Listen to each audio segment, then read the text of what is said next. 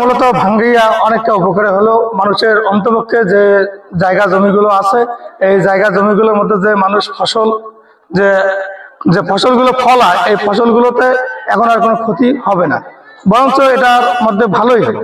কেননা যে ধুমাগুলো উড়ে এগুলো যদি আমাদের বাচ্চা কাচ্চাদের ভিতরে যায় তাহলে বাচ্চা কাচ্চাদেরও শ্বাসকষ্টের অনেক প্রবলেম হয়।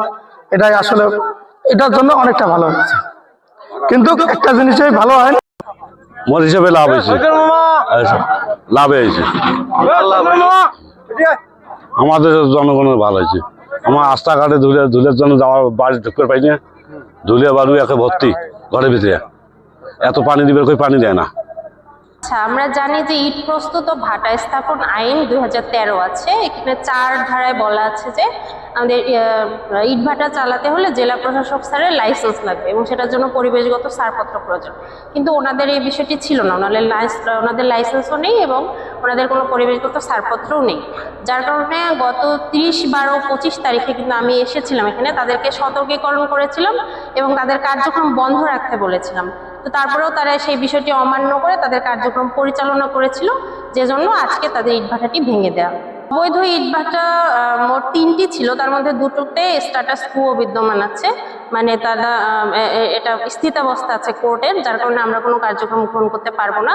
এটি ছিল অবৈধ, যেটির কোনো স্থিতাবস্থা ছিল না, যার কারণে আজকে আমরা তাদের কার্যক্রম বন্ধ করে সেটি ভেঙে দিলাম।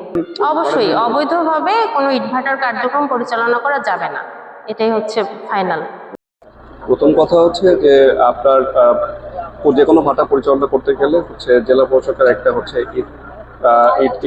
জেলা প্রশাসকের একটা হচ্ছে ইট ভাটা লাইসেন্সের প্রয়োজন পড়ে এবং এটা হচ্ছে এই ভাটাটি ছিল না।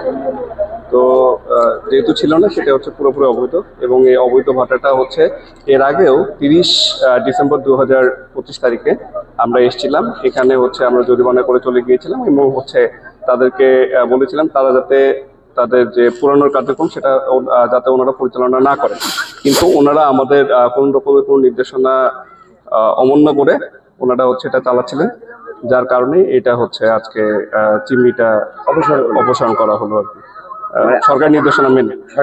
এবং আমাদের হচ্ছে 13,705/2022 একটা রিট আছে, যে রিটের আলোকে আমাদেরকে হচ্ছে বলা হয়েছে জেলা প্রশাসককে এবং হচ্ছে সংশ্লিষ্ট সকল দপ্তরকে বলা হয়েছে যাতে করে অবৈধ যত ভাটা রয়েছে সেগুলো যাতে হচ্ছে ভেঙে দেওয়া হয়।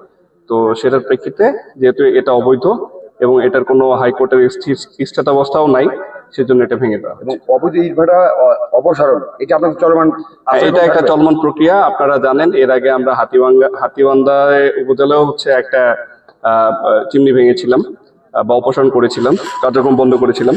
এটা একটা চলমান প্রক্রিয়া, তবে হচ্ছে এটা চলমান থাকবে, এটা হচ্ছে আপনাদের কাছে হচ্ছে আমাদের আর কি প্রতিজ্ঞা।